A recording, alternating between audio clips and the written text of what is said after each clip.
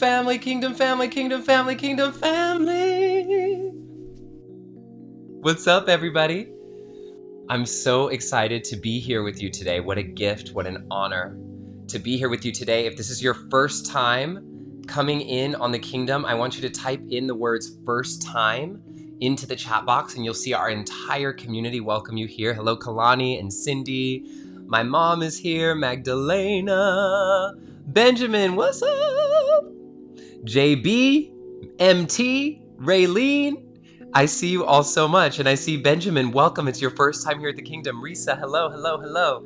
So I'm so grateful to be here with all of you today. We have a session that actually, to be honest with you, a little bit surprised that I haven't dug into this way. But I'm going to get into the context in just a moment. But before we do, I see that we have some first timers here, but I know that we have a lot of regulars here. We're nearing our 1 year anniversary in just a couple of weeks. Today is our 50th session of the kingdom. 2 more sessions. We will be at our 1 year anniversary, which is such an incredible, I can't wait to share with you guys so much about here. But those of you who've been coming regularly, or whether or not you've been coming for a long time or not, I want you to type in where you're chiming in from. So just type in where you're chiming in from. Hi, Vanessa. Hey, Jerry. Hey, Joseph from Puerto Vallarta. And as we begin with every session, every single session, and I move through this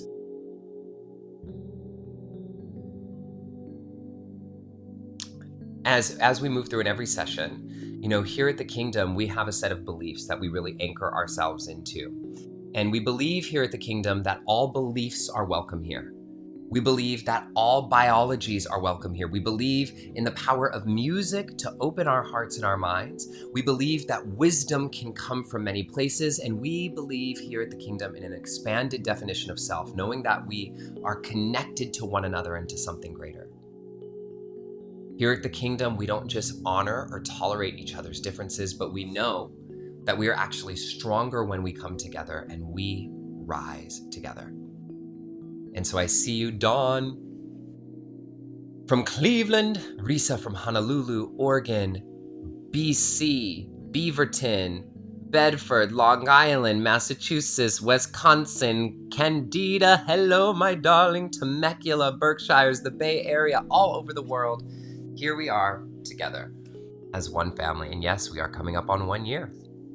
So, and what's amazing is I'll be right back where I started the kingdom, because today I'm actually going to Esalen for the entire month. So I'll be right back where I started the kingdom at Esalen for our 1 year anniversary. So what a gift, what a gift, what a gift. So here at the kingdom, it always works the same way. We begin with a poem, music, or some song. We begin with a prayer, and then I'll have some few moments of silence for you to welcome in your own personal prayer so that you have a second to just welcome in. And when you're doing your personal prayer, remember, it doesn't have to be a religious prayer. So Benjamin, whether you have a religious prayer, just setting an intention, or a spiritual prayer, you bring all of that in. And here, then we go into our teaching, a practice, a golden nugget, and an action to totally take it away. So as we move forward and move on, let us dive fully into the power of our prayer together. So go ahead and place your hands over your heart, close your eyes. And if you'd like to keep your eyes open, you can do that, but just kind of keep your gaze down so that you have a soft gaze and you're not too distracted.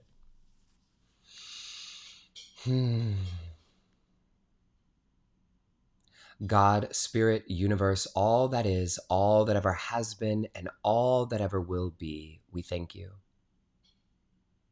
Thank you for bringing this community together for almost 1 year.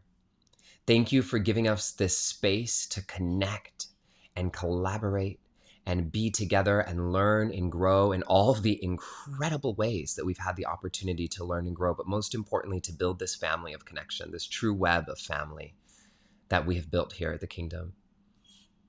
My prayer is that each person here today may hear the exact message that they needed to hear to unlock the door that is taking them into the next chapter of their unfoldment. May each of us tune in and give ourselves the presence to be here now so that we can hear the message that we needed to hear from this session. May my words be guided fully and completely to say even the things that I wasn't planning to say for the benefit of all. This is your moment now to welcome in your personal prayer.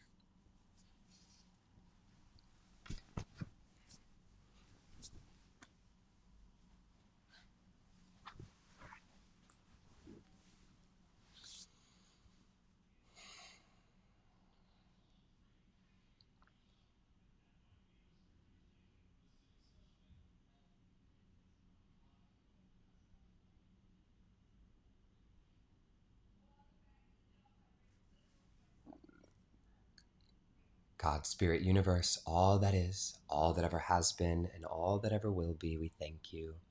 Thank you for bringing this community together. May any harm or trauma or upheavals that are felt in our emotional system be used in service of great transformation. May it be for the benefit of all. And may each of us remember, because I know we feel inspired to do it here, but may we remember when we get off of this session that liberation really truly means both becoming free and setting free. And so when we leave the kingdom, may each of us remember, just place the idea back into our minds to spread one thing that we learned from this session today with somebody else in the world so that we can multiply the impact all throughout the planet. Because we here are truly a web that can ripple waves of change out into the world everywhere that it needs to go, in the corners of the world that only we can reach. So may we take responsibility for liberation 360. So it is. Ashe, Aho, Salam, Shalom, Amen, Satnam, Awen, Om. Thank you.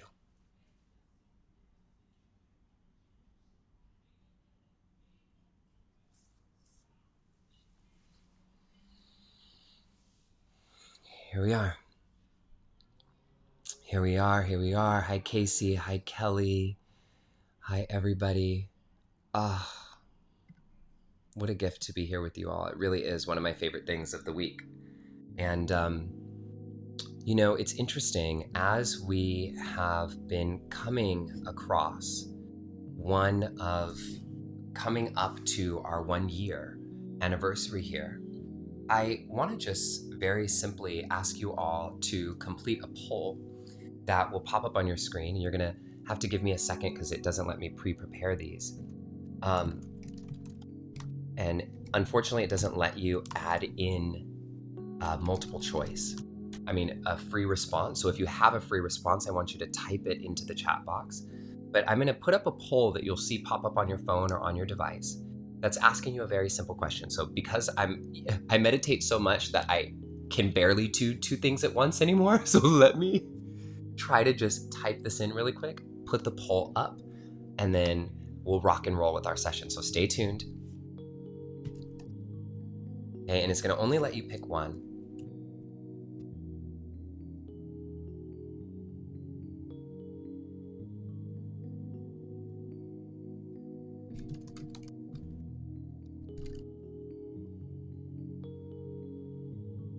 Hold on. We're almost there.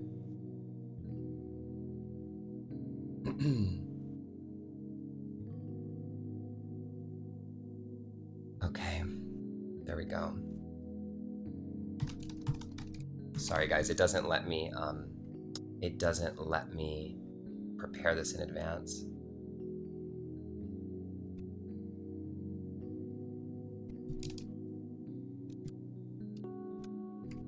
Okay, last one.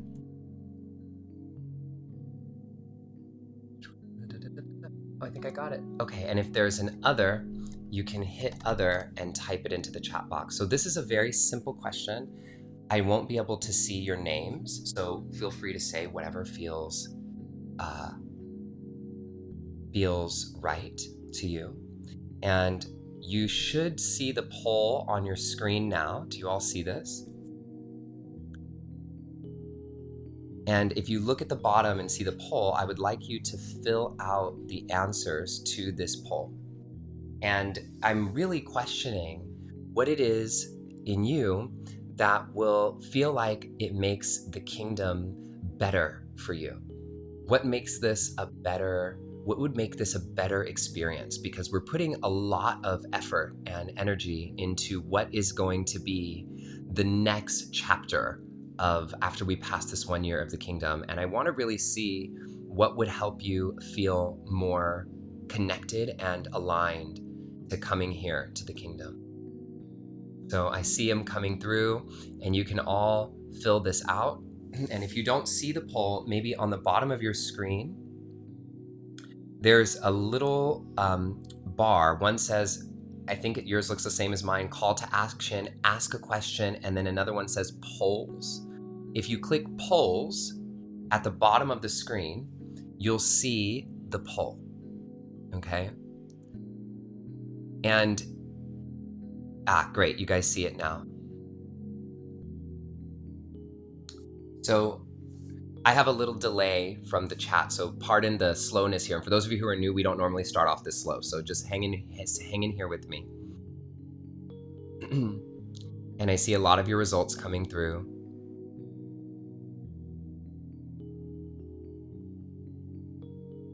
Totally James Baldwin. And if you click other,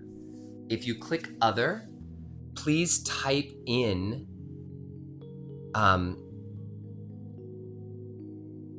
if you click other, please type in the chat box what it is that you would like to see, okay?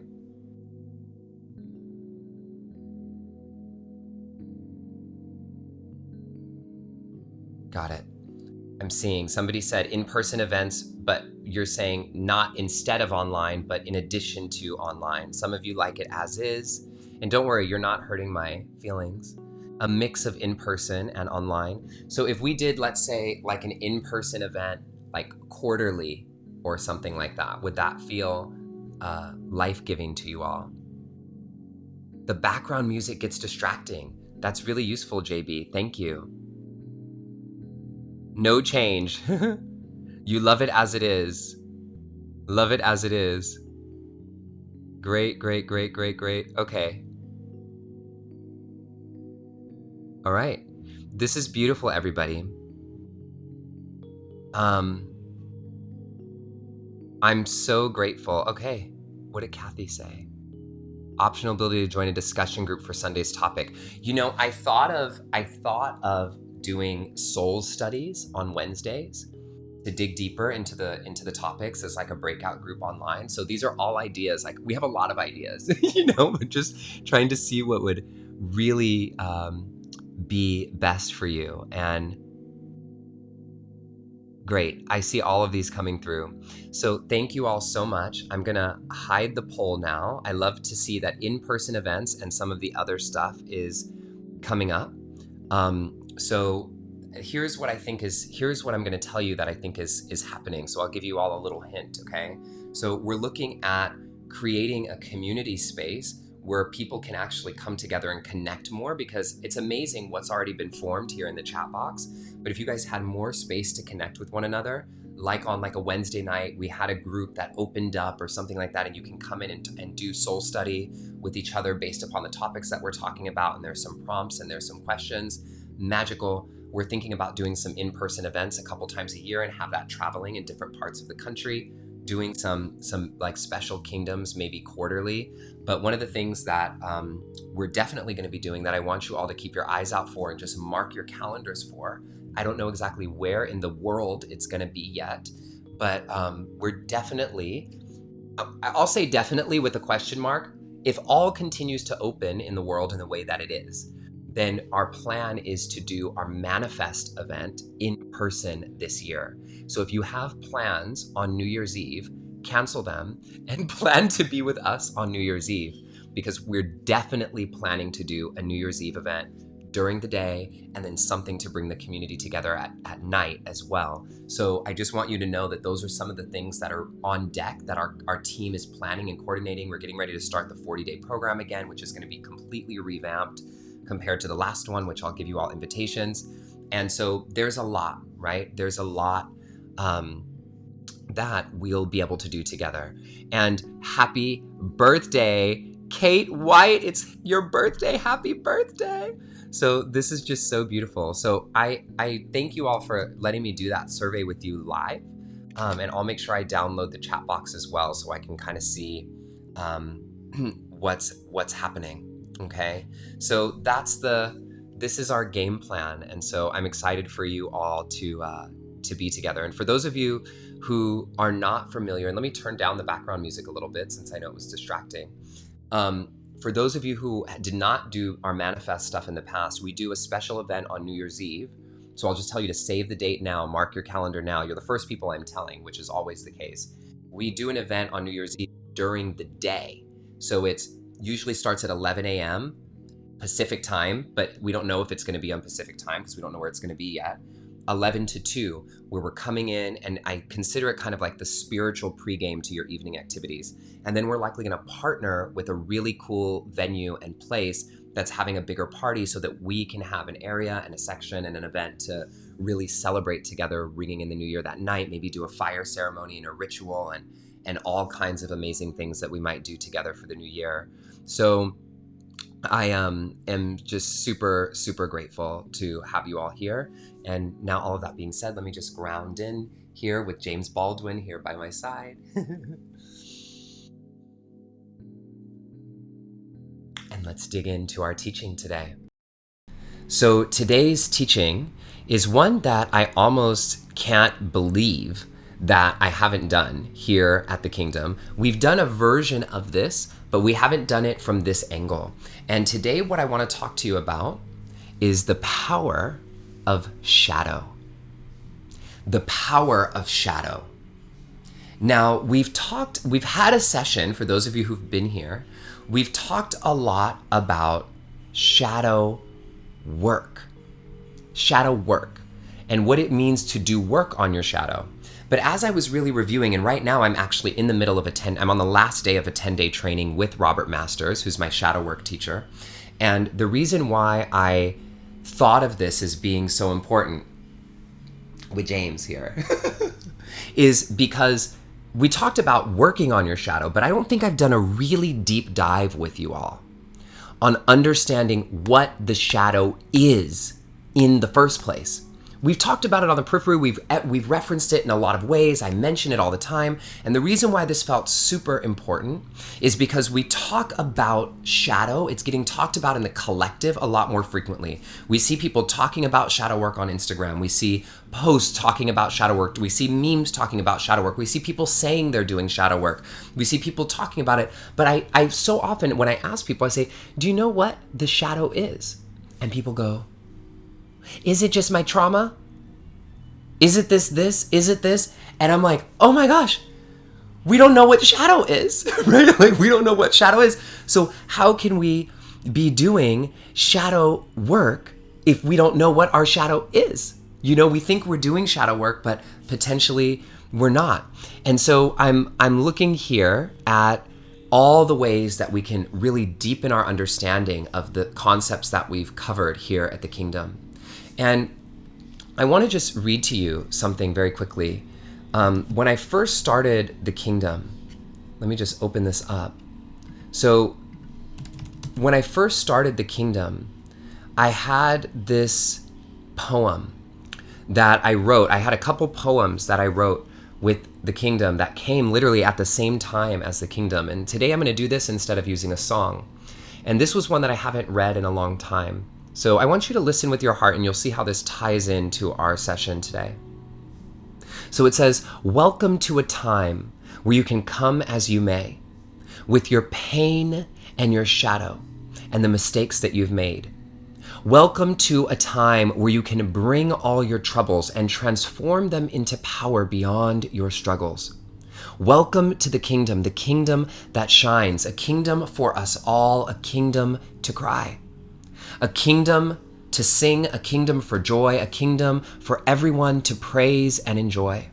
A kingdom for magic and transformation too. I think this is kind of starting to sound like Dr. Seuss. This kingdom was built for you and me. And remember, when you're here, you are royalty. And so the elements that are here that I feel inside of this poem that I want to really bring your awareness to. I haven't read this since last year, July. I almost forgot about this poem because it's not the one on the website. The reason that this is super important is because when I talk about cry and bringing your shadow and pain, like there's a lot of, it sounds inspirational the way that I read it, but there's a lot of darkness in here. And one of the first things, and I'm going to ask you guys to take some notes here and to type some main points into the chat box, because I don't have slides prepared out for us in the way that I typically do today. Because I want you to really sit here with me and feel this with me. So I need everybody to type this in right now, okay? I will not demonize darkness. Type it in. I will not demonize darkness. I see you.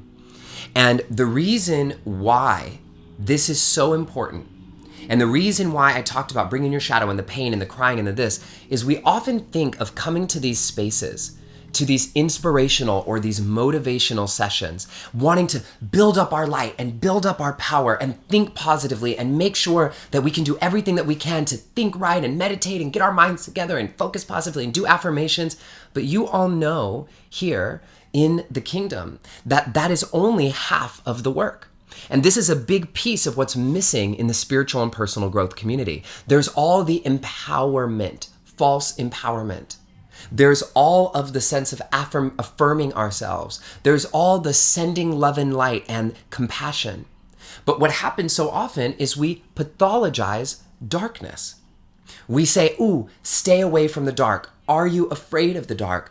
I'm in darkness. Even the way we use the word darkness or blackness often, and you can see how this plays out racially, right, is looked at as this bad thing. The night, this darkness is this scary place. But if we are only doing our light work, we're missing half of the equation. Doing light work without doing shadow work is like driving with your foot on the gas and having your foot fully pressed on the brake at the same time, and then wondering, why is it that I'm not in my life at the place that I want to be? Why is it that I feel I'm not moving forward in the way that I want to move forward? So yes, you are light, but one of the biggest quotes that I got, Wanda, that really sent me into this deep work of working on my shadow, because I spent years on building my light, and building your light is important, is because of a saying that Sienna Sherman, who I've brought here as a guest on the Kingdom, said to me. She said, Justin, the bigger the light, the bigger the shadow. I want you all to type that in. The bigger the light, the bigger the shadow. And if you're doing all this light work, if you're doing all this personal growth work, if you're doing all this space without tending to your shadow, it's like watering a garden full of weeds and expecting roses to bloom. Watering a garden full of weeds and expecting roses to bloom. And the truth is, what you really have to understand is that seeds grow in the dark. So do you. Seeds grow in the dark. So do you. And so what is shadow? What is shadow? Right?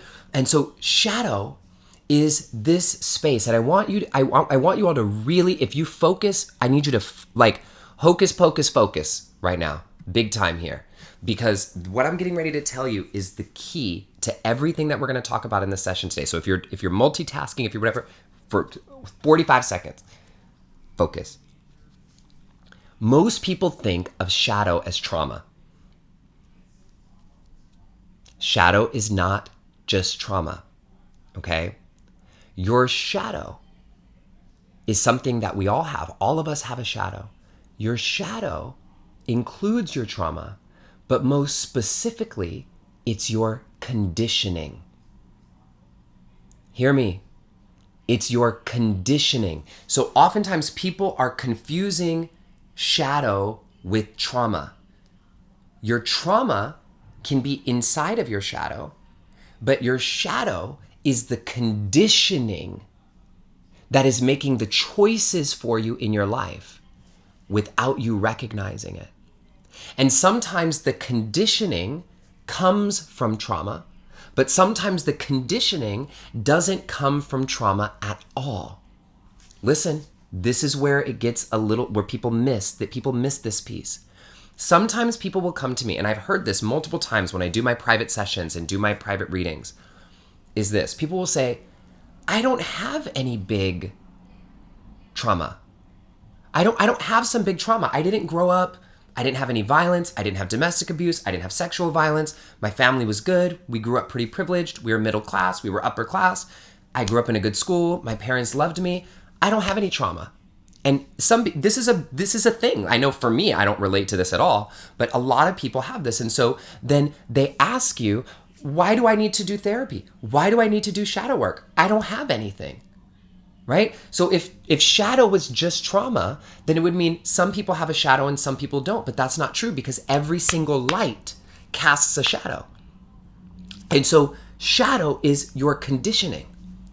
And so in this way, you could have massive trauma, but still have a healthy relationship to your shadow, or you could have no trauma at all and still be completely lost in your shadow because of conditioning. So what do I mean by conditioning?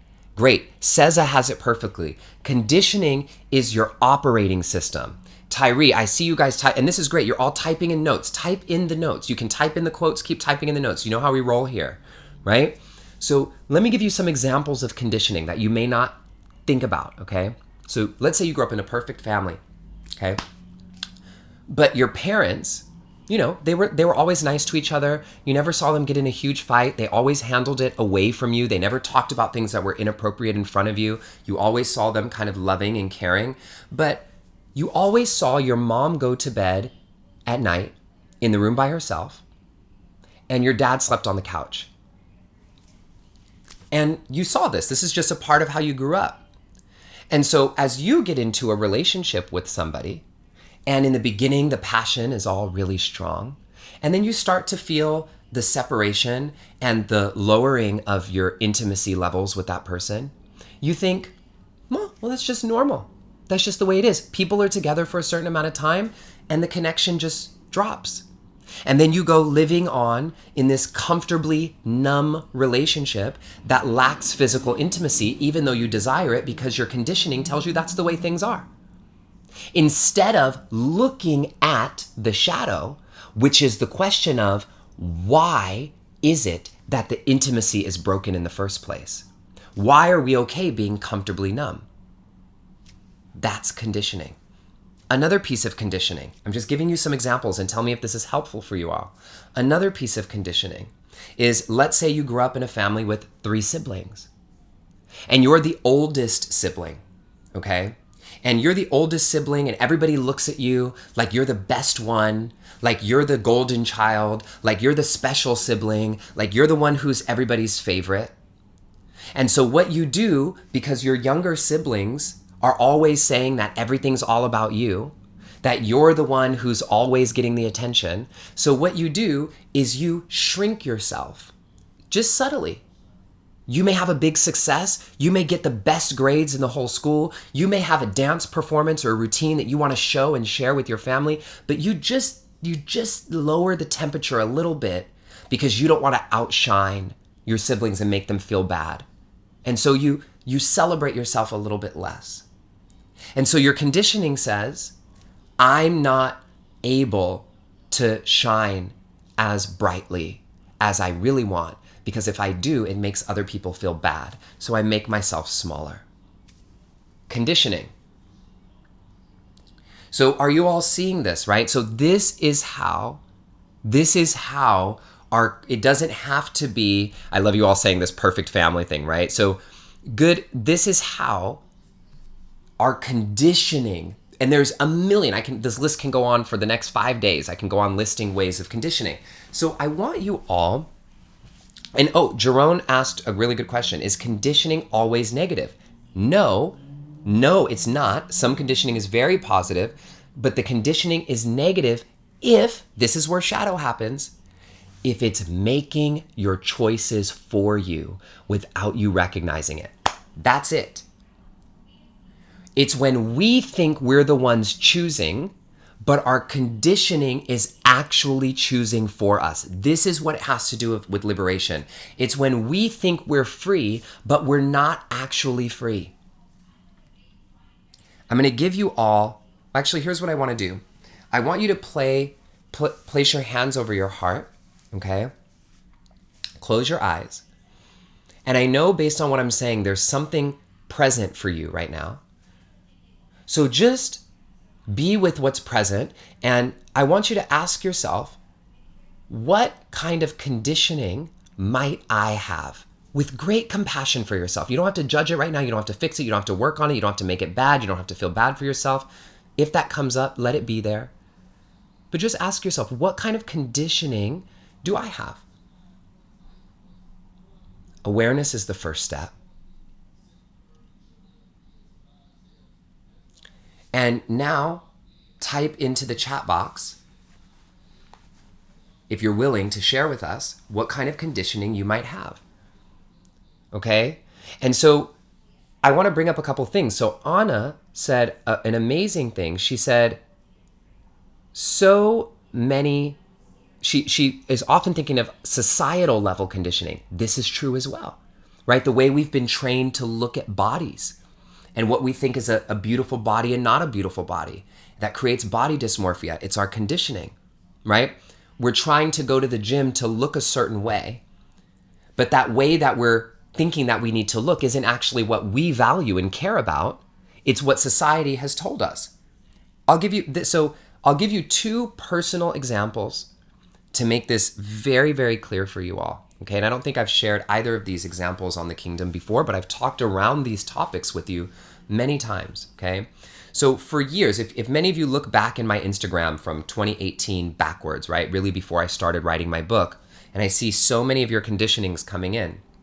And so when I started writing Stay Woke, but I really started to be a little bit more sedentary than I was before.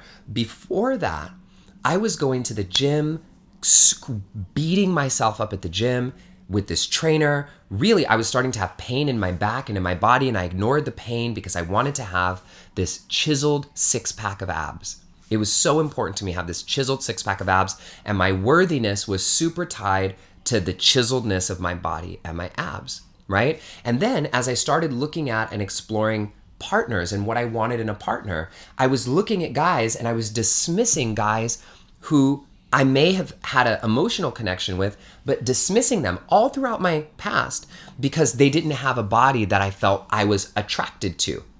Notice, okay?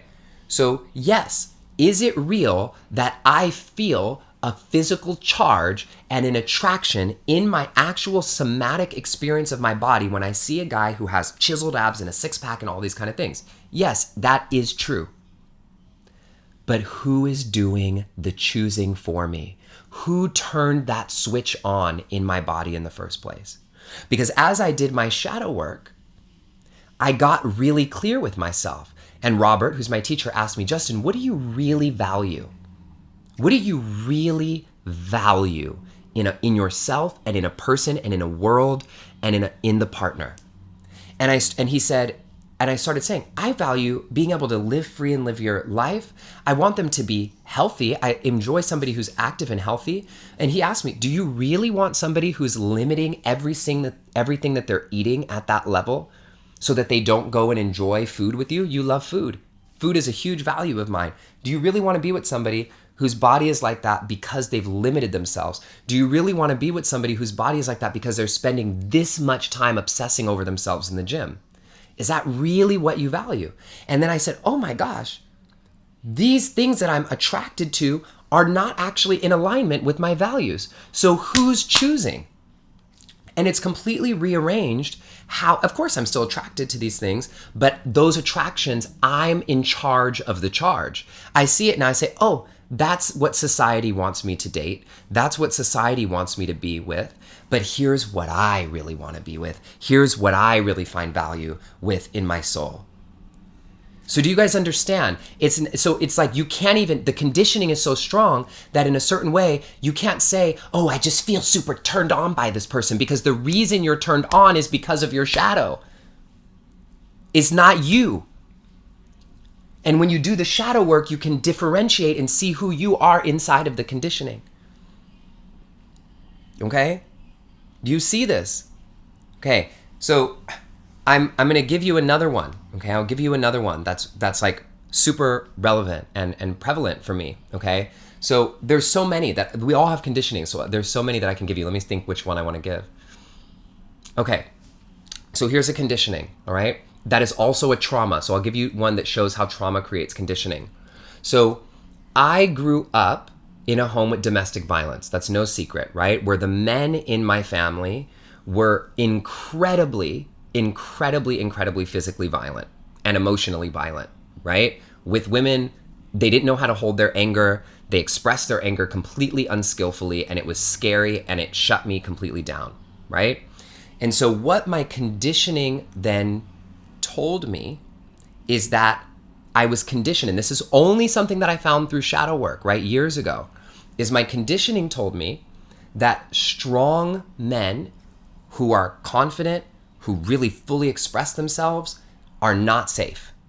Strong, powerful men are not safe. And so if you look through my dating history in my 20s and before that, this might surprise you all, I always picked men who were much more timid and smaller than me.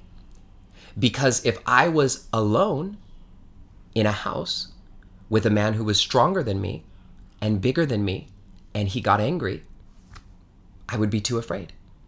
This is what was in my shadow. My conditioning, my trauma taught me, so I was dating these guys, and what was happening every single time is I would date these guys, we get in this deep emotional connection because I felt so safe, I felt so held by them, I felt like I was kind of in control, and I felt this super big charge to them. I'm like, this is the love of my life, because I feel safe, I feel seen, I feel held. And then every relationship would end the same way because I didn't feel challenged by them. And I didn't feel juiced up or turned on by them, because what I really was wanting was also the softness and the safety and the connection, but somebody who could meet me in space where I am. And somebody who was a little stronger, to be honest with you, right, than me, is what I actually am more attracted to on an energetic level. And so here I was, not able to actually be in a relationship with somebody who was more aligned with what was really true for me, but thinking that this other relationship was right when it was my conditioning choosing, and then I was wondering why I was constantly dissatisfied in my relationships. Okay?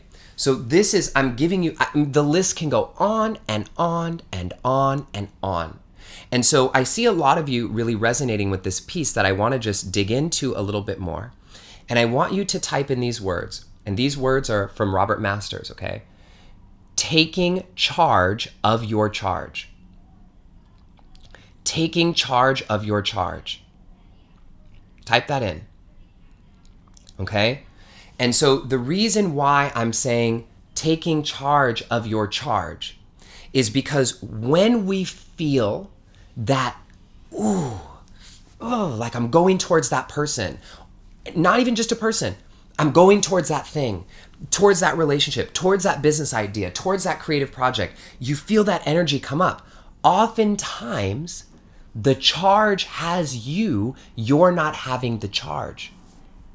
This is why I went celibate for almost 3 years, to really take charge of my charge, to have my charge on the leash where I was holding it versus it having me around my neck. Oftentimes, and then we trust it. And this is what happens to us, right? Oh, I chose not to go there because everything in my body said that I shouldn't. I chose to date that person even though I can feel something inside they're not healthy for me because I just can't stop thinking about them and I love them so much. I'm so turned on by this person. I'm so attracted to them, even though they're not texting me back or making any effort to engage with me. I want this person's validation. I want this person's approval. I want this in my family. Do you all see this? And so this is your charge taking control of you, and this is your conditioning making you think that this is what you want when what you really want is over here. And what you really want isn't going to feel like that because that is your trauma response. What it's going to feel like when it's right is, This is great. What it's going to feel like when it's right is alignment. So this is why, this is what's in the shadow. I'll give you one more reference, right? And I'm not really I have a whole episode on shadow work, right? But what I'm talking about here is getting you clear on what is shadow. Okay, this is the point. So I want you to think of it like, you know those puppets, I think they're called marionettes, right? Where like the person is in the back and they have the strings hanging and the strings are moving the person around, right? So it's like we're the person and we're the puppet and we think we're free. We think we're making choices. We're moving through life. We're playing the show. We're doing the thing. We may have the best outfit that any puppet ever has. We're engaging. We're doing the show. We're doing the thing. But the conditioning are the strings. And what liberating ourselves actually is getting close enough to those strings to see what they are, to then cut them, or taking the reins back altogether, to have our full agency, okay, of who it is that we really are. Okay? And Christine, I want to say one really important thing. Christine says, you have to be healed of your own trauma before the No. Okay, so I want to be, and I love that you asked that with a question mark, because this is something that we often get into. We think, I have to work on this and I have to be totally healed and totally fixed before I can get in a relationship, before I can go to the business, before I can do the thing. Right? So this is what I need you all to know. You are not broken. You will always have a shadow. It is always there. It's not about, really hear me here. It's not about fixing your shadow so you don't have one. It's about getting intimate with your shadow so you know how it works. It's about moving closer to your shadow, not trying to fix it. Okay? I'm never gonna fix what society has placed on me in terms of being attracted to people who look a certain way. But I can get intimate enough with that conditioning to know how it works inside my mind, inside my body, inside my emotional system, to know what triggers it, what turns it on, so that when it turns on, I can go, I see you, conditioning. I see you, little Justin. I see you. I know where you come from. I got you. This isn't what we really want. Let's move this way. It's about getting to know thy shadow. Type that in, getting to know thy shadow. Okay? So that is what it is. And this is what this leans into. And I'll tell you, there's an episode on the power of shadow work that I did with Robert Masters, okay, that you guys can go back to. I think it's Kingdom, hold on, I'll tell you, it's episode or session number 43, okay, power of shadow work. And I did an interview with my teacher who talks about it. But what I want to tell you here is first I want everybody to type in, okay? Type in, I will get intimate with my shadow. And you're already typing it in, getting to know thy shadow. But type, I am getting intimate with my shadow. Because it's through, if you are a light, you're always going to cast a shadow. So it's not about getting rid of the shadow. It's not about healing your shadow. Your shadow doesn't need to be healed. Your shadow needs to be known. Feel that. We go through so much of these. Yes, your trauma needs to be healed. Your shadow, there's nothing to heal. You're always going to have one. You're always going to have one. I don't care how much you read, how much you do, you're always going to have a shadow. Just like if you do something creative, there's always going to be fear. We don't say you need to heal your fear and fix it so you can live your life. No, we say you get to know your fear and learn how to step into your life and understand your fear. And so, do you all understand this? I see you. I feel like you're really resonating with this today. And so when we're saying, and it really feels tricky because we're conditioned through patriarchal, white supremacist, sometimes perfectionist culture to think that we have to fix something about ourselves to be worthy. Okay, this is oftentimes what we're taught through society. This is conditioning. That's also conditioning. And the conditioning has seeped into our personal growth world. And so we think we have to fix all these things about ourselves. Yes, there's some healing that has to be done in certain domains, but your shadow is not to be fixed. Your shadow is to be known and related to so that you can live through your life with your light and your shadow, not ignoring it. All right? I just see this image of like you're walking through the world and you imagine that you're a light and you see a shadow being cast. You don't try to run away from the shadow or get rid of it. It's just part of you. It is a part of you, like the yin and the yang. And so it's about getting to know the depths of our true selves, because your shadow is a part of you. Okay? This is beautiful, Mary Teresa. It reminds you of Peter Pan actually searching for his shadow and wanting to reattach it. He was incomplete without his shadow. You are. And when we don't know our shadow and we don't relate to it, it controls us in the background without us knowing it. And this is why shadow work is important. So I'm going to lean into, before we close, how do we then start to lean into shadow work, right? What is that we start to lean into?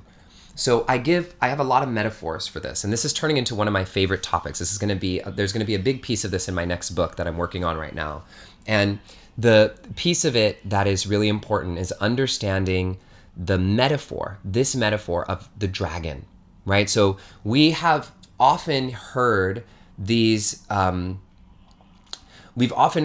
mythological stories about the dragon, the big, fierce dragon that is guarding the jewels and the gems inside of the cave or the cavern, right? And so what happens is most people think that in order to get to the jewels and the gems, that you have to slay the dragon. But if you go back through all the mythology, ignore Sleeping Beauty, okay? Because this is not Sleeping Beauty and Maleficent, and the dragon is not jewels and gems. It's not this story. That's like a whole different thing. But if you go to all the mythology of the dragon in the cave, right, and how you actually get to the jewels is never, ever, ever by slaying the dragon. The person who tries to slay the dragon is always the one who gets killed, is always the one who's trying and never gets the treasure. The one who gets to the treasure is the one who what? Who befriends the dragon. The one who gets close to the dragon and looks in their eyes and befriends the dragon. I'm thinking about Moana, the movie, when she has the heart of, what is her name? Te-Fiti or Nefiti. Everybody's trying to defeat Te-Fiti. How does Moana restore the justice? I have chills. Restore the justice in all the land and heal the shadow that is taking over, the trauma that is taking over all the islands, by getting intimate and close and seeing the shadow and going right into the heart. For those of you who've seen Moana, this is every mythological movie all throughout time, right? Every movie that you can think of has this thing. It's about getting closer to it. And so what you need to know, and this is super important, okay, is what a lot of us think about shadow. So this is another kind of misconception about shadow. The first thing is that shadow is about trauma. And the second thing is that shadow work is only about uncovering these deep, dark, terrible things about ourselves that are really hard and really difficult to face. Sometimes that's true. Oftentimes that's true, actually. But what people miss is they think that going into their shadow is just about healing trauma. Yes, but no, that's not the reason I even do shadow work. What's inside of your shadow work, what's hidden in your shadow, are your greatest gifts. What's hidden in your shadow are your greatest gifts, are the jewels, is the treasure, are the gemstones, is the unique expression of who you are meant to be and shine into the world. So inside the cavern of your shadow are all the things that you're trying to get from the outside. And so healing the shadow has very little to do with just going into the trauma. And that's why people think, I don't want to do shadow work because I just don't want to keep going into all this trauma. I'm over this. I don't want to go into my past. It's not about going into your past. It's about going in and getting the treasure that has been waiting inside of you, that's hidden behind the walls of shame and guilt and the things and conditioning that we've had to push ourselves down. Seems perfectly timed.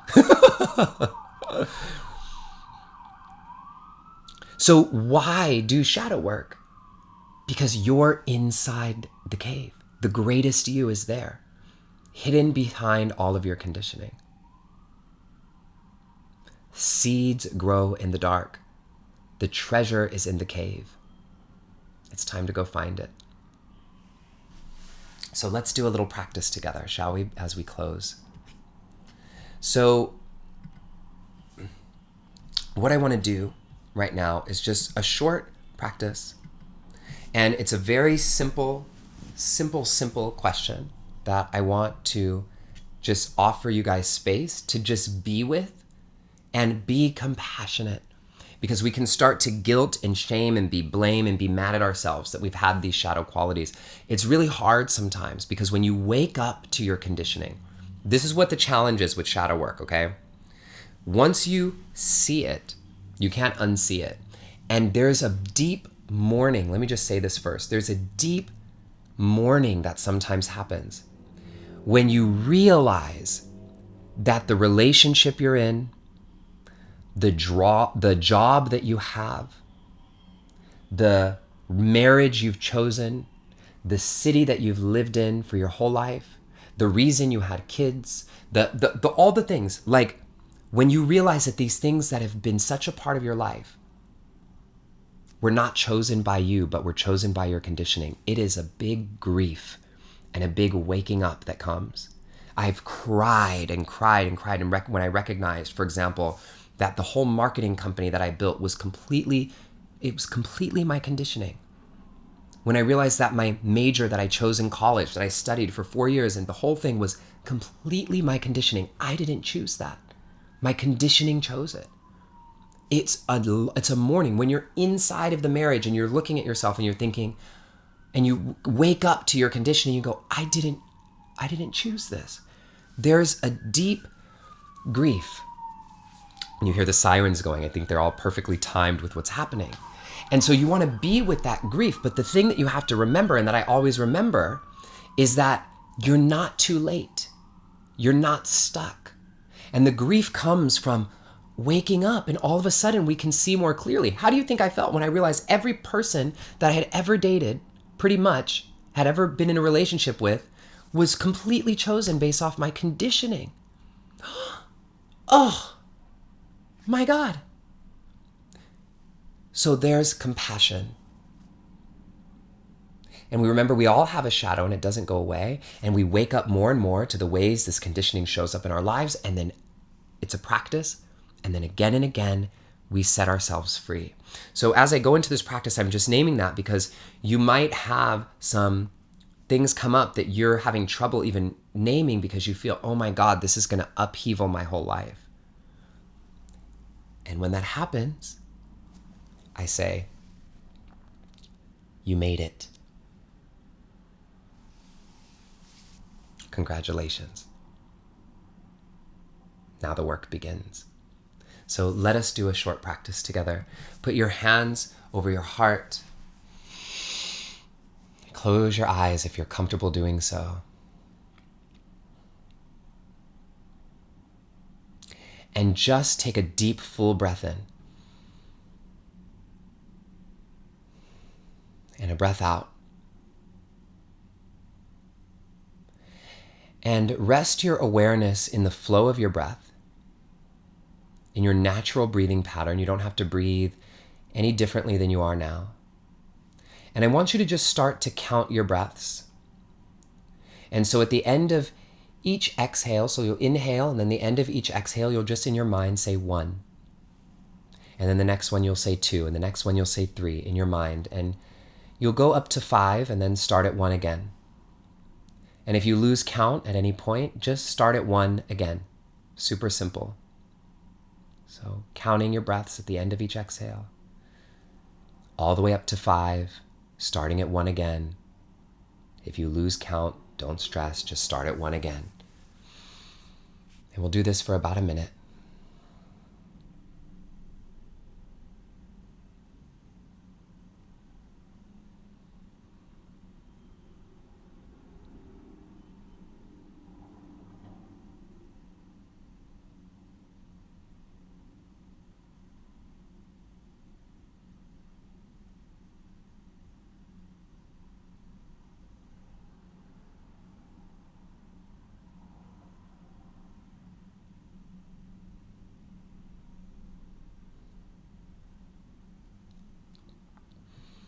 And now just let the counting go and breathe normally. And I'm going to ask you a question. You can keep your eyes closed and your hands over your heart. And here's your question, and just trust what bubbles up. What am I avoiding? What is the thing that I know that I need to do, but that I'm avoiding doing?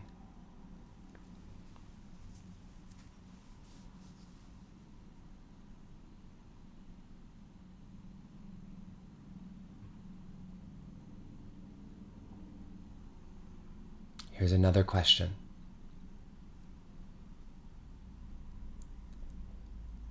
What is my conditioning choosing in my life right now?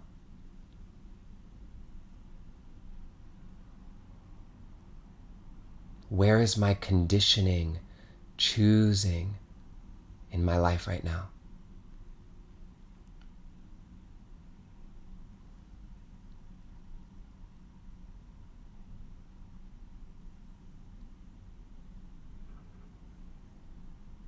Your next question.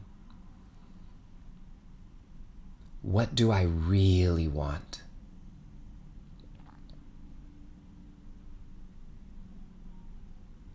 What do I really want? The me that's inside, that is not here to prove, that has nothing to prove. What do I really want?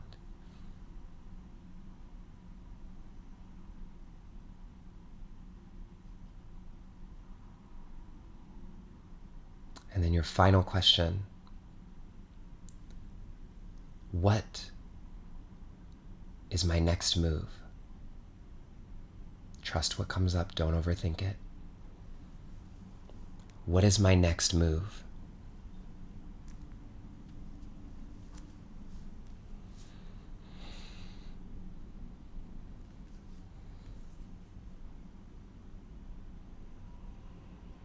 Take a deep breath in and a deep breath out.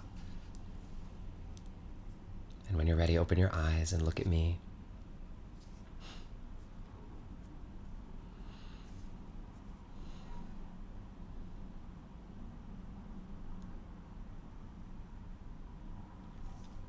You're here. You're doing the deep work. You're ready. You're worthy. You have nothing to prove. I love you.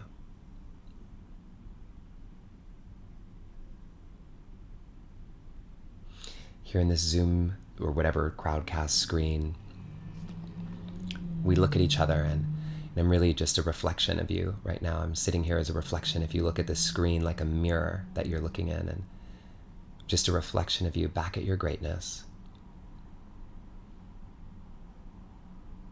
You are enough. I hope you see yourself in your eyes. You are enough. You are worthy. I love you.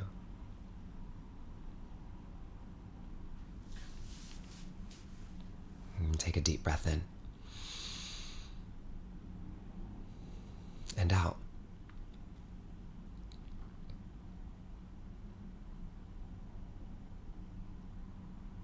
So this is what shadow work is. This is what the shadow is. This is what the feeling of tenderness and compassion and opening feels like when we hold that space and we meet the dragon and we say, I see you. I know you're hurting. And we're going to choose differently. It feels like a hug. That's it. And that part of you that is conditioned and not doing the choosing, that is the part of you that is needing you to come closer and is needing that hug, not for you to push it away or say it's wrong or you need to fix it or it needs to be different, but it needs to be known so it can be integrated and you can live a life where you are free.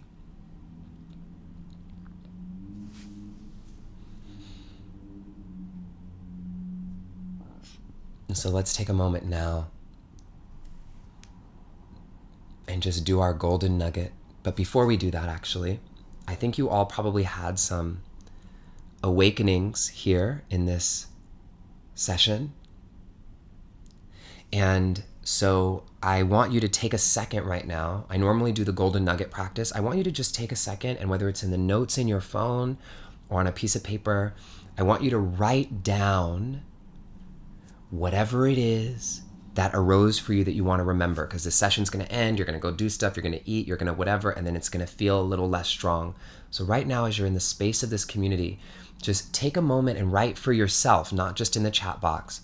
Write for yourself what you need to take away for you for this session.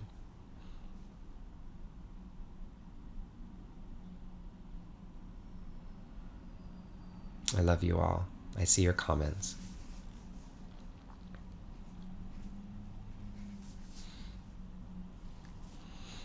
You know, I feel you all seeing me right back.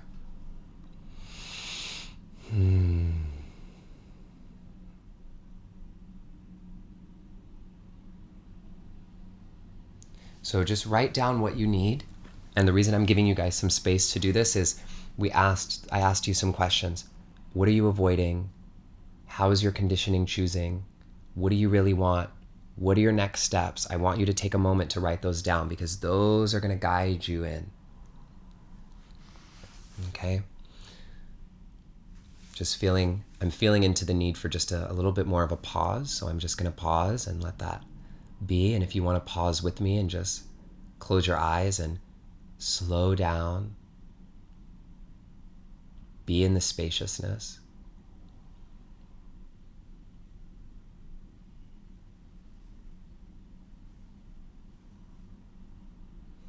Here we are. There's so much we can do in the screen. There's so much we can do here together through this medium when we really show up, right, fully. All right, Kingdom. So now that you've typed and wrote down what you needed from this practice, I want you to just know that here we are with the power of shadow and the power to step into our lives in a much more full and dynamic way where we can set ourselves free, we can set one another free, and together we can truly be free.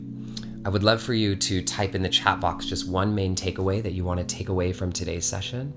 And as you do that, our commitment here at the Kingdom is that we don't just keep these takeaways for ourselves, but remember in the beginning, we share something that we knew today. You don't have to teach anybody anything, but we share something that resonated with us today or that we learned about ourselves with someone that we know.